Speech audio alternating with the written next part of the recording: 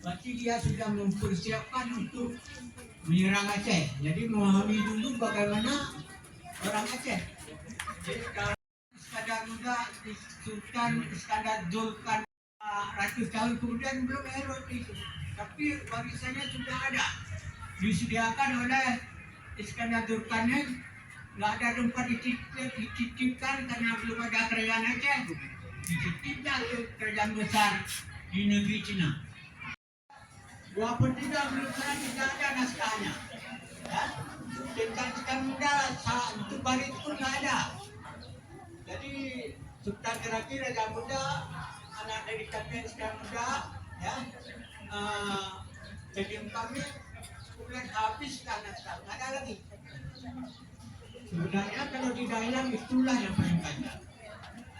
Waktu saya jadi kepala museum banyak bertambah naskah di Museum Aceh karena banyak naskah berbahasa Arab ditampung di Museum Aceh.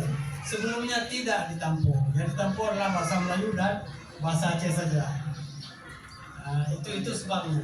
Jadi sekarang mahasiswa kita mau meneliti naskah-naskah berbahasa Arab. Yang Rubai itu beliau yang buat, ternyata bukan hasil bacaan Van der Molen terhadap prasasti Perak Timur atau Menyai Tujuh. Ternyata pada nisan Menyai Tujuh itu tertera syair Melayu 4 baris. Jadi di selek 81, sebenarnya bukan 17 tuh, 871 Masehi. Jadi 200 tahun sebelum Hamzah Pansuri berperan mempromosikan Rubai itu, Rubai sudah ada. Cuma tidak begitu populer, hanya ada pada batu nisan. Beliau lahir di Pansur, makanya disebut Pansuri. Ada pendapat juga negeri Pansur itu bukan Barus, karena Pansur ada di Aceh Selatan atau di Singkil sekarang. Itu 5 km dari laut, saya nggak tahu di mana tempatnya. Itu pernah diceritakan oleh mendiang Dr. Edward McKenna. Jadi bukan di Barus setelah. Belakangan Pak McKenna mengatakan bahwa Pansur itu adalah ujung Pansur, sehingga Hamzah Pansuri adalah Hamzah yang kuburannya di ujung Pansur. Oleh Alatas, Said Najib Alatas, Hamzah ini asalnya Pansuri, betul Hamzah Pansuri. Di mana Pansur itu dipertanyakan dan terjadi dialektika. Apakah Pansur itu Barus? Apakah Pansur itu Singkil atau di ujung Pancur? Itu jadi dialektika sekarang. Mendapat wujud di tanah Syaharnami ini juga diperbincangkan. Di mana Syaharnami? Alatas mengatakan Syaharnami itu adalah ibu kota Siam Lama atau Ayodhya. Tetapi dalam naskah di Museum Aceh tentang pemakzulan seorang kadi di Aceh ini disebutkan bahwa beliau dibuang ke Syaharnami karena difitnah orang. Jadi Syaharnami ada juga yang menyebutkan Perla. Misalnya Yunus Jamil mengatakan itu Perla. Tapi di teks yang satu itu disebutkan Syaharnami, tidak tahu di mana. Apakah Perla atau tempat lain. Tergantung pada penafsiran dan bacaan kita untuk membandingkan hal tersebut. Beroleh khilafah ilmu yang ahli, artinya beliau belajar di Syaharnami. Daripada Abdul Qadir, saya jalani ini tarikat yang beliau tarikat Qadiriyah. Saya nggak bisa lihat di mata agak sapu. Nah ini, sekarang coba ini kita semua baca ini. Inilah yang dipegang oleh para sejarawan dunia, bahwa kuburan Hamzah Pansuri di Oboh. Di Oboh sebelum Salam sekarang yang dulu Singkil. Itu coba baca. Ini mulai dari sini. Imam Syekh Pansuri. Mursyid Syekh Abdul Rahman, itu tulisannya tanpa kata Hamzah. Dan apakah tidak halal orang berdialektika dengan tempat ini? Itulah yang terjadi sekarang. Maka McKinnon berkesimpulan bisa saja ukuran Ramsuri di ujung Banjul itu sebabnya. Lisan Syekh Hamzah Pansuri yang difoto oleh Ismail Al-Hawari dari arkeolog Mesir, ternyata kuburan Hamzah Pansuri ada di Babul Ma'la, di Ma'la sekarang, di Mekah itu. Dan jelas sekali bacaannya. Bacaannya itu jelas sekali. Hadal kabru, benar? Ini bacaannya. Ini bacaannya. Jadi ini transkripsi nilai makam, bukan makan itu, salah ketik. Mata sudah mulai kabur. Syekh Hamzah bin Abdullah Al-Fansuri direkam oleh Ismail Al-Hawari, arkeolog Mesir tahun 1934. Waktu itu kuburan-kuburan di Arab belum dibongkar oleh rezim Arab Saudi sekarang, masih utuh. Maka direkam tuh, berdasarkan rekam itu dibikin transkripsi. Jadi itu sebelahnya adalah dalam bahasa Arab transkripsi. Jelas sekali disebut. Hadal kabru bin Abdullah. Hadal kabru Allah Ta'ala Sayyidina Syekh Al-Abid Al-Nasir Al-Zahid Syekh Al-Murabid dan Hakikah Syekh Hamzah bin Abdullah Al-Fansuri. Hanya yang itu ya. Saya dengar lagi dari orang Kerici di Jambi. Ternyata kuburan Hamzah Fansuri di kampung kami di Kerici. Jadi artinya apa? Membuka kemungkinan penyelidikan oleh generasi muda kita untuk memastikan di mana Hamzah Fansuri berkubur, di mana beliau lahir, dan memastikan apakah Hamzah Fansuri hanya satu orang, jangan-jangan banyak Hamzah Fansuri. Itu juga satu hal yang perlu diperkirakan. Mengapa? Karena kalau kita ambil yang di Mekah, maka itu 100 tahun bedanya dengan keponakannya. Katanya Hamzah Fansuri adik dari Syekh Ali bin Abdullah Al-Fansuri. Syekh Ali adalah ayah dari Abdul Rauf Singkil. Abdul Rauf berangkat ke Arab melalui Yaman, itu kira-kira banyak orang memperkirakan, misalnya Dewes memperkirakan itu antara tahun 1615 sampai 1620. Artinya tidak bertemu dengan Hamzah. Ya? Jadi kita ragukan juga mengenai mursyid Abdul Rauf itu Hamzah. Pertama, tidak ada namanya. Yang kedua, tahunnya terlalu jauh menurut inskripsi di Mekah. Jadi ini, tapi yang jelas memang beliau terlepas dari kontroversi mengenai tempat lahir dan tempat berkubur, bahwa beliau itu betul-betul terkenal, betul-betul menjelaskan sedikit mengenai sastra tinggi. Ini menurut filosofi bahwa sastra tinggi yang dimaksud sastra tinggi adalah sastra sufi yang berkembang di Aceh pada abad ke-17. Itu sastra tinggi. Yang lain tidak tinggi karena sastra banyak derajatnya. Ada sastra anak tika, barang kuat dan iman, kuat tika. Kemudian juga anak SD, ada tingkatnya. Lalu tingkat orang dewasa juga banyak sastra, banyak puisi yang berkembang di mana-mana di segala media. Tetapi untuk sastra sufi sulit sekali dipahami oleh orang awam. Harus punya pengetahuan yang cukup untuk mengetahui dan memaknai sastra sufi itu.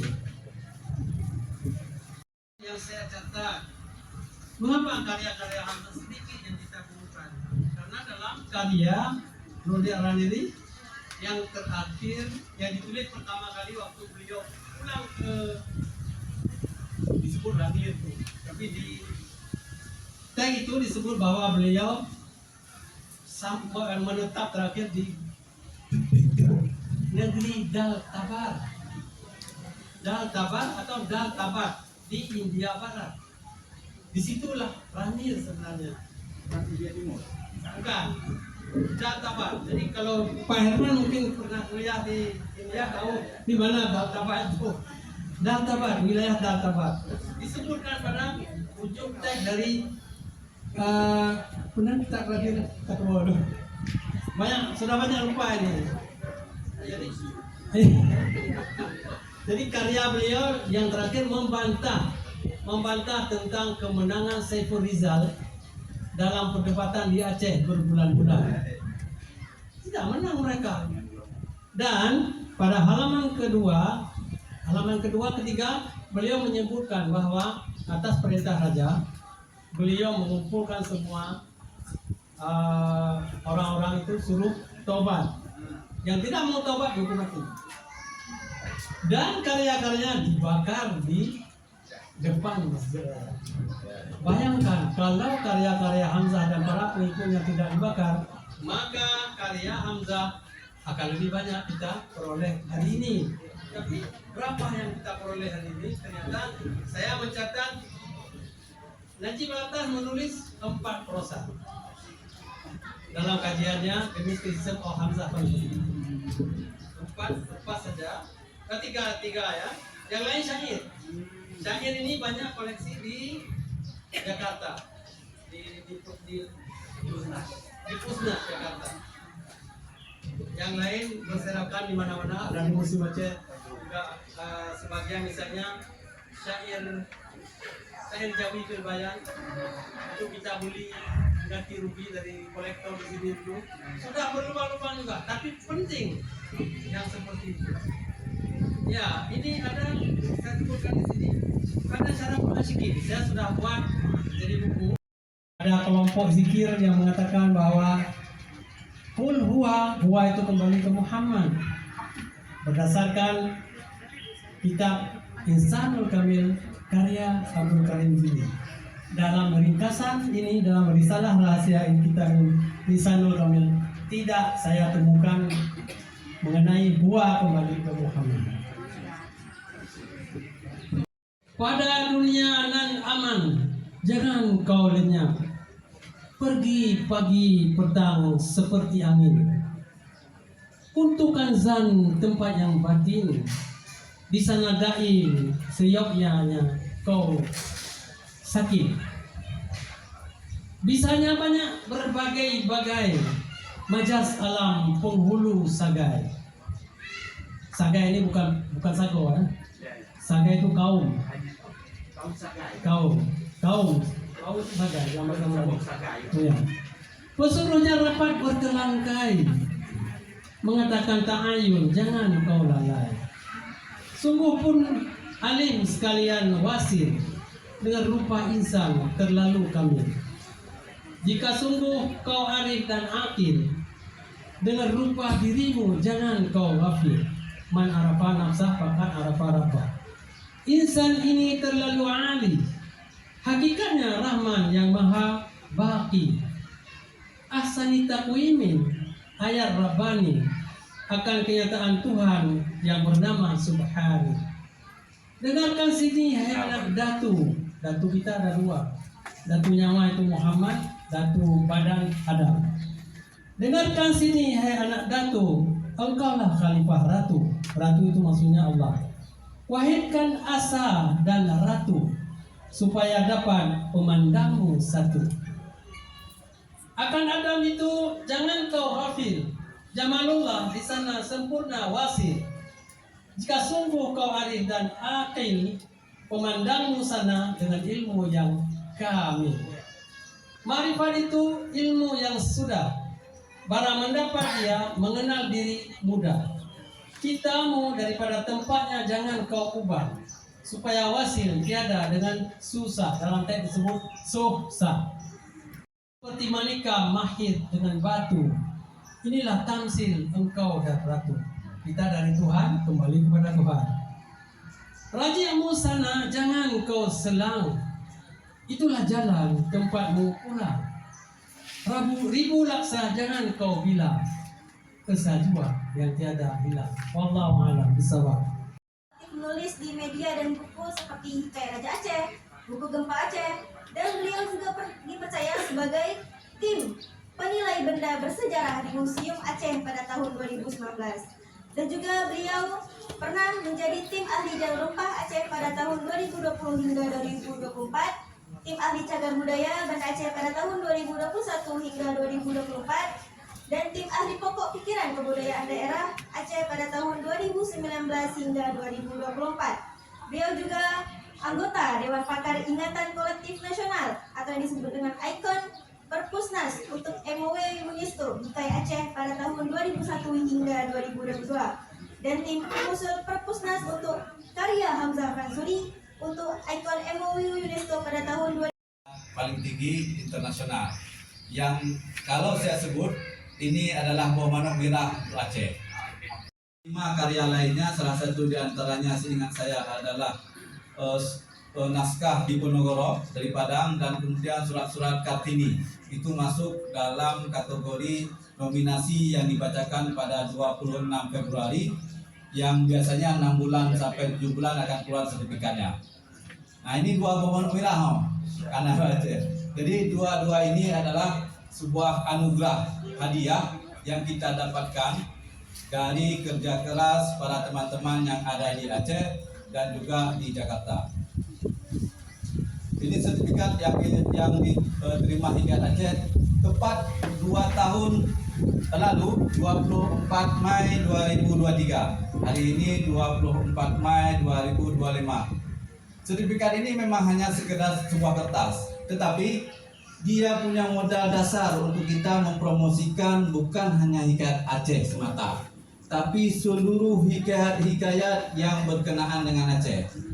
Mungkin pertama sekali diminta 2018 untuk mengusulkan ini. Ada seminar di Jakarta 2018 dan kemudian kita mengisi form. Saya dari Aceh, salah seorang filolog, kemudian ada juga Bu Fahriati. Ada 30 pertanyaan yang harus kita jawab. Tapi bagi saya itu mudah karena namanya Hikayat Aceh.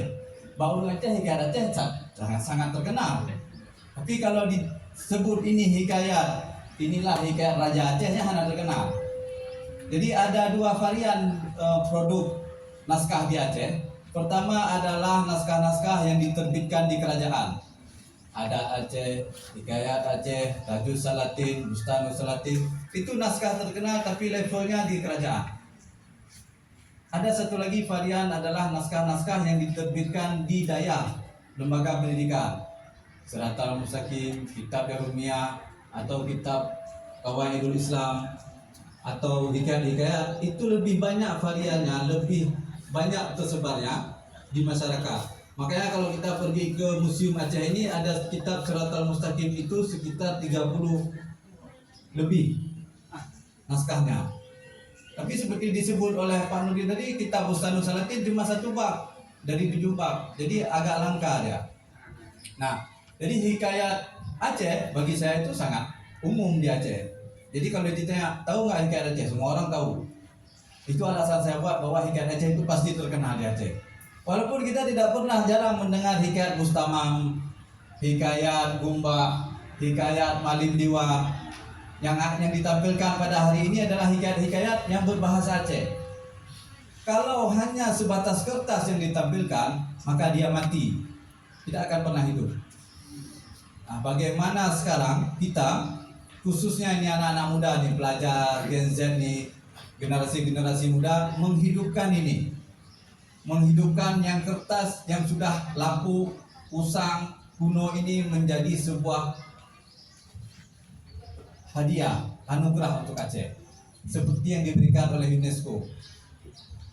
Dengan sertifikat ini, kita sudah satu peringkat dengan negara-negara luar yang memiliki peradaban tinggi. Jadi kemana saja boleh dipromosi ini. Waktu saya 2017 saya seminar di Malaysia, orang Malaysia bangga untuk mempromosikan yang setiap ada mendapatkan sertifikat UNESCO. Semua seminar yang nasional internasional wajib menaruh ini di depan saat mereka masuk. Oh, Malaysia bisa ya, oh, Aceh bisa. Ternyata kita sudah punya. Ya, jadi ke depan kita berharap dari pemerintah itu setiap ada kegiatan kebudayaan, kegiatan apapun yang berbentuk cagar budaya, warisan budaya, ini wajib ditampilkan sebagai motivasi untuk kita.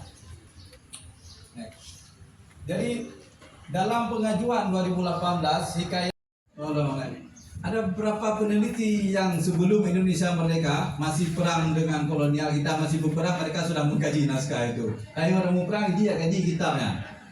Ini kerjasama dengan Perpustakaan Nasional Malaysia. Di Malaysia juga sangat banyak karya-karya Hamzah Pansuri di sana, sangat banyak. Kalau mau diakui, terus terang lebih banyak di sana karya Hamzah daripada di Aceh. Di koleksi mau di Museum Aceh, mau di Ali Hashimi atau di masyarakat, ya, di masyarakat. Saya tidak menampilkan seluruh koleksi karena minggu lalu waktu saya presentasi dengan perpustakaan saya sebutkan seluruh koleksi yang ada di Aceh tidak sebanyak di Malaysia. Baik. Nah, yang ada di Museum Aceh salah satu di antaranya adalah Zinatul Muwahhidin. Ya, ini karya bagus juga ini. Saat itu kita mengajukan syair-syair Hamzah Pansuri, tetapi saat kita diskusi dengan pihak Perpusnas kemudian PNM Malaysia menyebutkan jangan hanya syair karena tokohnya satu. Akhirnya kita ajukan karya-karya Hamzah Pansuri. Jadi seluruh karya Hamzah Pansuri yang ada di dunia ini yang belum didapatkan itu dikategorikan sebagai Memory of the World UNESCO. Jadi tugas kita sekarang ini pemerintah Aceh, rakyat Aceh, masyarakat Aceh untuk mengumpulkan seberapa banyak naskah Hamzah Pansuri itu. Seperti kata Pak Nurdin, di tempat kita mungkin tidak banyak, tapi di masyarakat ketemu 1 lembar, 2 lembar, 3 lembar. Di Padang juga banyak itu, pelarian dari naskah-naskah itu ke Padang waktu masa perang Aceh. Ya. Nah, yang sebelahnya juga ini koleksi museum. Saya tampilkan museum menunjukkan bahwa museum juga punya banyak naskah. Dari tadi yang saya sebut 1.600 lebih. Ini syair Jawi fil Bayan yang jarang dikaji oleh orang-orang luar. Saya tidak tahu, mungkin orang di luar naskah ini jarang ditemukan karena jarang disebut ini. Syair Jawi fil Bayan. Jadi sudah ada disusun strukturnya di dalam naskah ini. Ini salah satu misalnya syair Unggas. Nanti ketemu syair Burung Pinggai. Tapi dia dikategori dalam syair Jawi fil Bayan. Jadi ada beberapa tema di dalamnya. Dari seluruh bacaan saya, Nakim Al-Atas, Braginski, kemudian yang terakhir Abdul Hadi WM, ya, Tasawuf Tertindas, itu belum menyebut naskah ini. Jadi ini masih punya kesempatan nih untuk anak-anak muda untuk mengkaji syair Jawi fil Bayan ini. Belum disebut itu. Saya tidak tahu apakah ada kopiannya di luar atau tidak. Oke. Nah, kemana yang kita ajukan dulu naskah-naskah ini? Jadi ada 2 program. Ada satu program sebenarnya dilakukan oleh pemerintah Indonesia di bawah Perpustakaan Nasional, Perpusnas, namanya IKON, Ingatan Kolektif Nasional. Ini baru berdiri sekitar 5 tahun. Keberadaannya itu untuk menginput semua data-data naskah yang ada di masyarakat yang memiliki nilai penting bagi peradaban negara, bangsa. Itu tujuannya mereka untuk mengajukan ke tingkat tertinggi yaitu UNESCO. Jadi di UNESCO itu nanti saya sebutkan apa manfaatnya. Manfaat itu boleh kita dapatkan. Jadi IKON ini adalah lembaga di bawah Perpustakaan Nasional, di bawah kementerian, langsung di bawah kementerian. Tugasnya adalah menginput atau mendata naskah-naskah yang memiliki potensi untuk peradaban. Ya, dan itu bisa diakses untuk semua. Nah, tentu kalau misalnya di naskah di Museum Aceh itu sudah bisa diakses untuk semua. Jadi jika ada naskah di Museum Aceh misalnya ingin diajukan ke tingkat IKON, ini nasional ya. Dia biasa di akhir tahun nanti bulan November, Oktober, November itu dilakukan penilaian. Itu boleh diajukan. Atau di masyarakat misalnya, di masyarakat ingin mengajukan kepada tingkat IKON, Ingatan Kolektif Nasional, maka kita ajukan. Nah, itu ada 30 pertanyaan yang sama dengan UNESCO. Tadi kita jawab apa manfaatnya, bagaimana untuk generasi sekarang dan sebagainya, itu secara teknologi apa dan sebagainya. Banyak sekali pertanyaannya. Baru kemudian IKON ini, perpustakaan ini bekerja sama dengan pemerintah daerah, misalnya kayak Hamzah Pansuri bekerja sama dengan pemerintah Aceh, baru mengajukan ke UNESCO. Ini kalau dikasih penghargaan, sanggup nggak kita emban? Itu masalahnya. Karena kalau dalam 4 tahun tidak ada kegiatan apapun tentang UNESCO ini ditarik lagi. Bawahnya engkahnya kamati. Kita ururungnya kamandung mati. Jadi tidak selamanya kita setelah dapat itu sudah selesai, tidak. Karena tujuannya apa? Untuk memberikan informasi bahwa kita punya peradaban, punya kebudayaan, punya karya-karya yang memang harus dikembangkan oleh masyarakat. Itu tujuannya sebenarnya. Nah, jadi apa manfaatnya sebenarnya? Manfaat itu yang saya sebut kalau kita dapatkan MOU UNESCO, seperti saya sebut tadi, itu udah promosi gratis. Kata Aceh, karya Aceh itu dua itu sudah terdaftar di level internasional. Jadi dimanapun dia boleh dipajang. Misalnya ada pameran di Jerman, di Inggris, kita boleh bawa ini. Karena levelnya sudah level UNESCO internasional. Ya, jadi mereka tidak berhak untuk melarang. Itu salah satu promosi. Siapa yang bisa melakukan itu? Pemerintah Aceh. Pemerintah Aceh mempromosikan karya yang sudah dianugerahi MOU UNESCO. Jadi mau tampil di mana saja mereka sudah dapat sertifikat, dan itu saya sebut tadi promosi gratis. Hana bayu, hana tapu, siap promosi. Ya, setiap ada kegiatan. Kemudian dia adalah branding dan pengakuan internasional. Selama ini kan naskah kita dianggap seperti yang ada di sekitar kita dianggap kertas usang, tidak ada nilai. Padahal di dalamnya itu luar biasa. Nah, ini bagaimana pengakuan itu bisa kita dapatkan? Ya, nyampe internasional kita yang udah ada pengakuan internasional. Ya. Nah, kemudian warisan pelestarian warisan dokumenter. Ya, kemudian pengarus utamaan. Jadi program pemerintah, mungkin melalui Bu Nur ini di Museum Aceh, program pemerintah itu harus ada pengarus utamaan naskah kuno berbasis tadi yang UNESCO. Dia pameran, promosi, edukasi, kemudian regulasi, akuisisi naskah, pembelian naskah, restorasi, itu masuk semuanya ada di UNESCO. Yang terakhir, setiap kita boleh mengajukan proposal ke unesco.org. Ini baru saja ditutup tanggal 21 Mei ditutup. Itu baik personal, lembaga, pemerintah itu boleh mengajukan program kegiatan yang sudah diakui oleh MOU UNESCO tadi. Nah, ini misalnya masa nanti tahun depan mau mengajukan proposal, silakan ke unesco.org.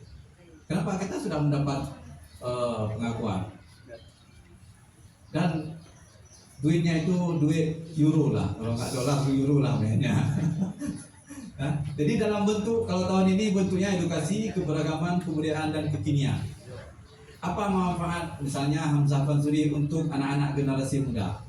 Mungkin untuk generasi muda ya seperti tampilan tadi, membaca syair, atau nanti malam ada pegelaran seni budaya misalnya. Itu ekspresi dari karya-karya terdahulu. Diekspresikan dengan zaman sekarang, dengan teknologi sekarang. Nah, misalnya ingin melakukan inventarisasi dengan model digitalisasi naskah, itu boleh dilakukan.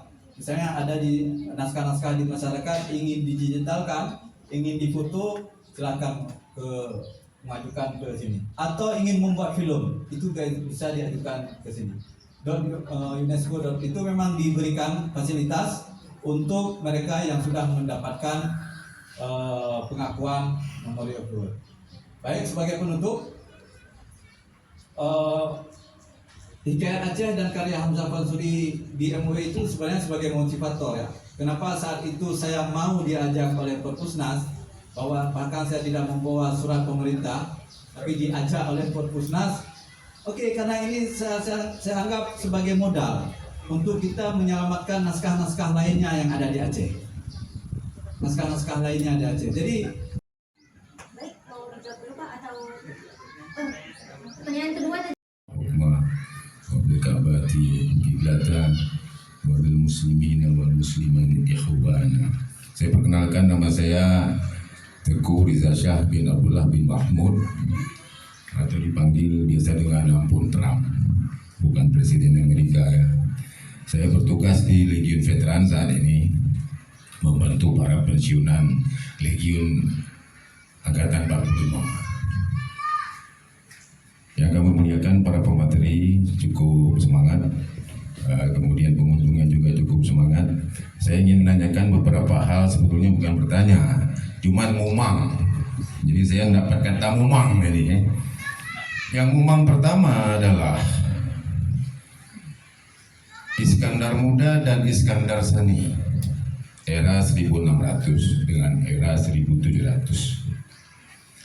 Yang saya ketahui, era Iskandar Muda berpaham wahdatul wujud. Tidak disebutkan sama sekali dari tadi. Saya tunggu-tunggu.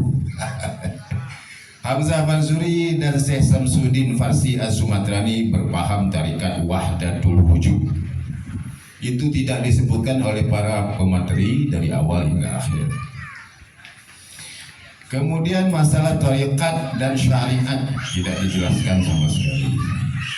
Kemudian memang masalah tuhoput dan tuhaput apa sama.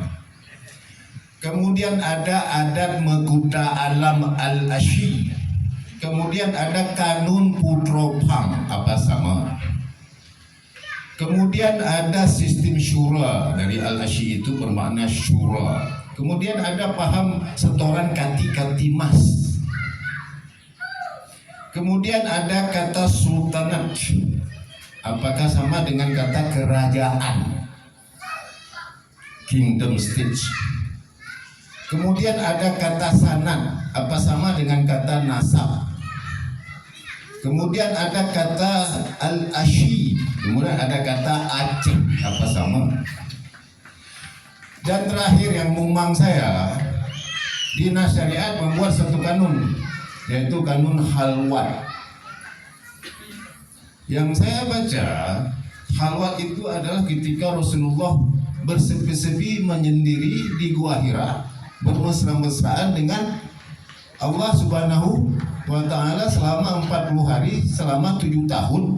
Kemudian di usia 40 turunlah Al-Quranul Karim. Iqra bismi rabbikal ladzi khalaq. Tapi Dinas Syariat menilai, membuat bahwa halwat itu bermesraan di Pantai Ulele. Ini minta maaf. Kemarin ada saya ikut suluk di daerah Nagan Raya. Saya bilang, mau mana bang? Saya mau halwat. Kok nggak bawa perempuan bang? Kira-kira gitu ya. Jadi ini saya bukan menjelaskan, tapi saya mumang. Apakah ini negeri Al-Asyi kemudian berubah menjadi Aceh? Di mana adat Mekuta Alam? Di mana kanun Putropang? Saya pikir tadi belum terjawabkan. Demikian, wassalamualaikum warahmatullahi wabarakatuh. Karya-karya tasawuf itu agak sulit dipahami karena dia memerlukan pengetahuan lain dan wawasan lain dalam ilmu agama. Bu itu sama, memang sama kenyataannya. Tapi apakah seperti itu Allah dan kita? Tentu tidak. Baca qul huwallahu ahad dulu. Bahwa Tuhan itu lam yakul lahu kufuwan ahad. Tapi itu adalah tasbih. Ini begitu. Kemudian ini yang pertama antara sim dan sid. Sim dan sid. Sim itu adalah wujudiyah. Karena guru-gurunya wujudiyah. Guru utamanya adalah Syamsuddin As-Sumatrani. Itu suhunya wujudiyah. Dan katanya itu murid dari Hamzah Mansuri. Karena beliau saja ulama Aceh yang menulis syarah rubai Hamzah Mansuri. Kemudian Sid adalah pengikut Sufi Ortodok modern ini. Jadi berlawanan dengan mertuanya. Tapi ketika mertuanya sudah nggak ada. Dan modern ini masuk ke Aceh itu 1637, Iskandar Muda sudah nggak ada. Karena beliau datang ke sini tahun 1630, karena Iskandar Muda masih hidup, nggak boleh masuk ke Aceh. Pergi ke Pahang. Maka kenapa Siratul Mustaqim pertama dimulai tulis itu di Pahang, diselesaikan di Aceh. Itu jalan kedua dalam menuju manfaat syariat, tarikat, hakikat, manfaat. Bagi seorang Muslim mau mencapai manfaat itu semuanya harus dilalui. Dalam cara pernyataan Hamzah Mansuri menjelaskan tarikat itu adalah lunas pada kapal atau perahu. Jadi ada pemisalan-pemisalannya. Jadi nggak bisa tanpa syariat kita langsung loncat ke ma'rifat. Itu bisa sisa. Itu apa? Kemudian Tuhaput dan Tuhaput. Saya tidak tahu bedanya itu. Tapi Tuhaput adalah orang yang mendampingi kepala desa atau kepala mukim dari 4 unsur. Ada unsur perempuan di situ, unsur pemuda, unsur cerdik pandai, dan orang-orang pintar dalam masyarakat. Hari ini dalam masyarakat Aceh, mungkin selain ibu PKK, perempuan jarang dilibatkan. Mungkin karena masyarakat Aceh maskulin, patriarkat. Kemudian ada Muktalam itu diangkat oleh Remus dalam adat Aceh. Jadi kita bisa baca buku itu. Saya di Muslim Aceh tidak ada buku. Di pusat penelitian ilmu sosial di Darussalam ada. Saya kopi di sana. Ada Muktalam, katanya adat ini sudah ada sejak raja-raja sebelumnya. Karena bagi orang itu raja hanya satu secara mudah. Seakan-akan tidak ada raja lain. Begitulah hebatnya hikayat Aceh yang Pak Herman bilang tadi. Membesar-besarkan secara mudah. Seakan-akan tidak ada sultan di Aceh ini selain Iskandar Muda. Padahal rupanya ini ada Muktalam sudah ada sebelumnya pada raja-raja sebelumnya, tetapi tidak dikodifikasikan, tidak jadi buku. Pada saat beliaulah menjadi buku dan pedoman bagi para raja. Namanya adalah Ma Baina Salati. Jadi kanun itu dipakai oleh para sultan. Syara alasi yang bunuh Muktalam alasi. Beda. Karena kanun syara alasi itu disimpan sekarang naskahnya itu ditulis tahun 2003. Mohon maaf yang sudah mengambil disertasi, saya tidak, bukan berarti mendiskreditkan yang menulis disertasi tentang yang berdasarkan kanun syara alasi. Kanun syara alasi ditulis tahun 2003 oleh seseorang di Banda Aceh. Kemudian ditulis pada kertas kalkir, boleh periksa di Universitas Kebangsaan. Bukan pada kertas Eropa atau kertas di luar, kertas Jawa. Ditulis pada kertas kalkir yang arsitek bikin gambar rumah itu. Kemudian dilayu dan dijual ke Malaysia, dibeli oleh Universitas Kebangsaan. Sudah Allahyarham Profesor Dr. Muslim Ibrahim di Balai Kajian, dulu Balai Kajian yang di Kubulia itu. Saya bilang, hai Ustaz, pakan kalwat dapat ke lirikanya. Setengah hadis Pak. Memang ini dalam bahasa Arab juga di apa berarti berkalwat itu sembunyi-sembunyi dan berdua di tempat asing. Bersunyi-sunyi, bukan suami istri. Tetapi ini di Aceh, saya bilang lebih berat kepada istilah yang dipahami oleh orang Aceh sebagai kanun. Ya kanun lah puasa, ya kanun pesantren. Itu di sini di Logi juga kanun. Jadi kanun, ini program benar pakai. Kenapa kanun kita Aceh tidak pakai bahasa Aceh? Kenapa pakai bahasa Arab sehingga ada BRT di situ? Bisa orang bingung. Bisa kanun, bisa kalwat yang dimaksud di pantai Jerman misalnya. Kenapa begitu? Dia bilang, ya karena kita pakai istilah Arab. Kan sebenarnya boleh pakai bahasa Aceh supaya orang Aceh juga paham betul. Nggak usah bertanya lagi apa itu kalwat. Sebab apa? Ini saya kira berhubungan dengan eufemisme dalam bahasa Indonesia. Berbahaya. Bahaya bagi rakyat awam yang nggak tahu bahasanya. Saya mengusulkan waktu itu secara pribadi sambil seminar, Pak, diubah aja di kota. Karena begini, kalwat itu pekerjaan kasar. Ucapkan dengan kata kasar. Mesum aja, kanun mesum. Jangan kanun kalwat. Jadi lo usul Pak, Ya, simpang-simpangnya kita gantungkan simpang halwat Pak. Simpang yang jauh kampus ya. digantungkan simpang halwat nanti cocok dengan. Jadi itu saya sudah usulkan, tapi kan sampai sekarang belum berubah dan tidak direvisi. Kalau ada revisi, kita harus beri saran ini supaya pakai bahasa Aceh atau bahasa Melayu, bahasa Indonesia. Sebab jangan menimbulkan salah paham. Kemudian kanun Eropa ini sebenarnya dari kata-kata itu kan. Ada Bapak Dumurhum hukum Syahwala. Seakan-akan Syahwala dengan Bapak Dumurhum itu sezaman, padahal jauh. Dan mengapa Hamzah Pansuri tidak dimasukkan? Ya, Pertanyaan besarnya. Kemudian kenapa ada kanun Putrabang? Rupanya ini tingkat. Ada Guta Alam adalah undang-undang negara Aceh Darussalam. Kemudian hukum Syahwala ini personifikasi ulama. Bukan berarti Syahwala, tapi dalam ilmu kami dengan Pak Herman filologi itu bisa ditafsirkan bahwa kata-kata 4 baris ini diciptakan setelah Abdul Rauf berperan sebagai ulama. Jadi bukan pada masa Islam dia. Buktinya nama dia sudah dicatut di sini. Jadi itu tercipta ungkapan itu setelah Abdul Rauf menjadi Qadhi Malikul Adil. Kemudian kanun Bab Putrabang adalah peraturan-peraturan pada masyarakat di tingkat wilayah. Jadi kita lihat bahwa kanun Putrabang itu beliau itu kawin dengan Sultan Islam katanya karena pintar sekali mengatur protokol misalnya. Ini masalah protokol. Dalam adat Aceh itu kanun Putrabang misalnya di Aceh Besar dan Pidi kasih rumah untuk anak perempuan supaya anaknya kalau cerai dengan istrinya dengan suaminya tidak masih ada rumah. Jangan melala buana ya Allah mama.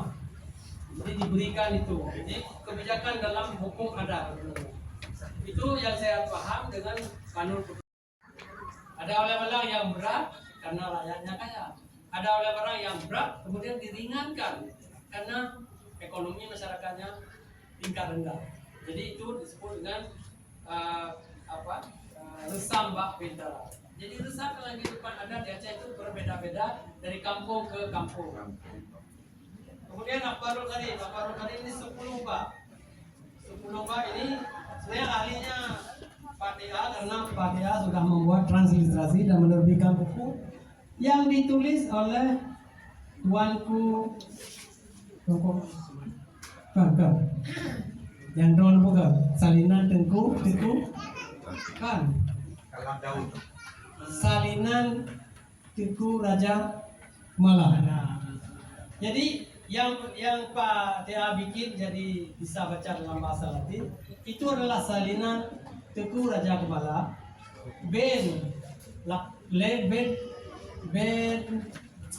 Tuanku Mahmud Raja Kecil. Anaknya adalah Sultan Tuanku Abdul Jalil dan anaknya lagi adalah Tuanku Mirza Kemala. Oleh Tuanku Raja Kemala disalin itu untuk putrinya untuk putrinya Tengku Fatimah. Putrinya. Jadi itu adalah bacaan perempuan di Aceh, remaja perempuan di Aceh biasanya dibaca setelah salat maghrib. Itu irama baca Al-Qur'an Karim dengan saudara-saudaranya.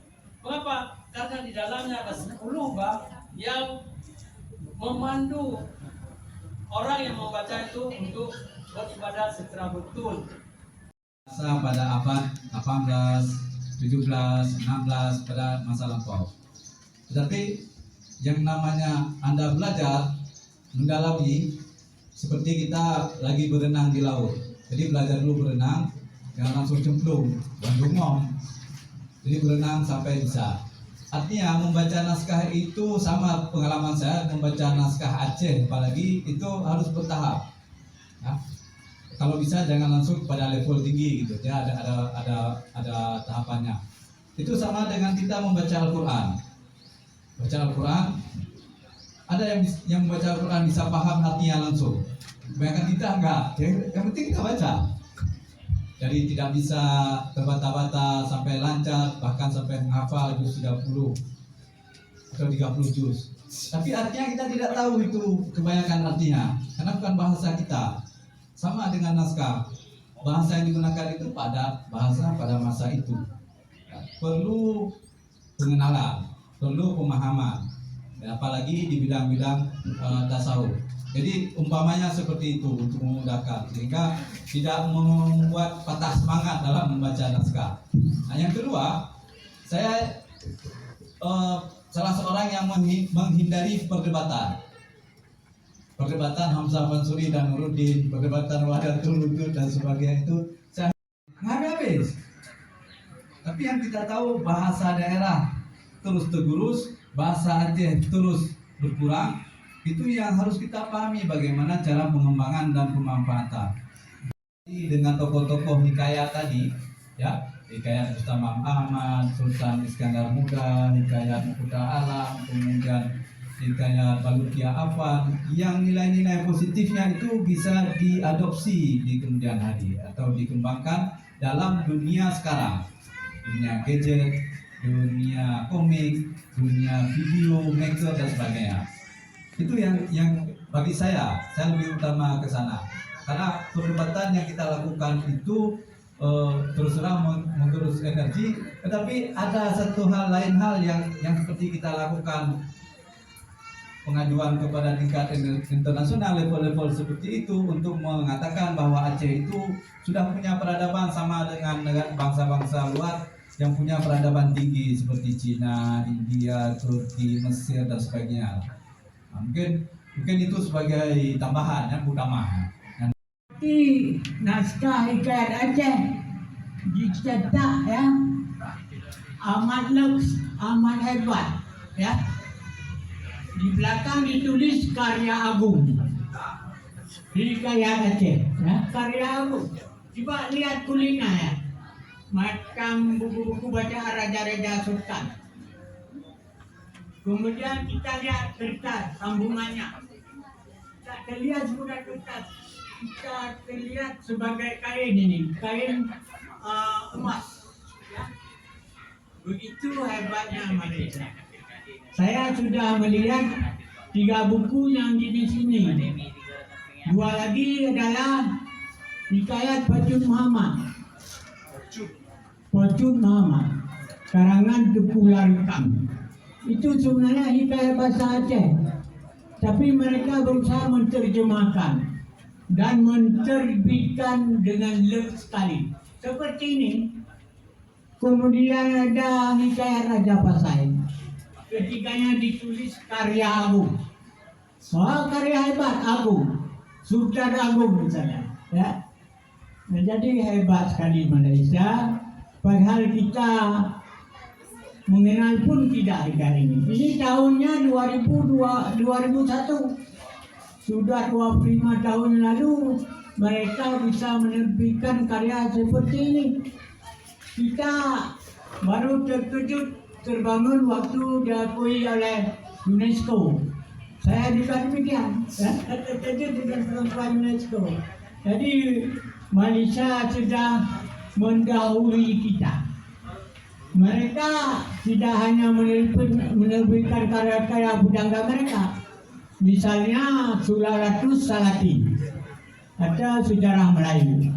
Karang 3 sekali lagi, 1, 2, 3. Melalui hikayat Aceh dan Hamzah Fansuri. Dan kami ucapkan terima kasih kepada seluruh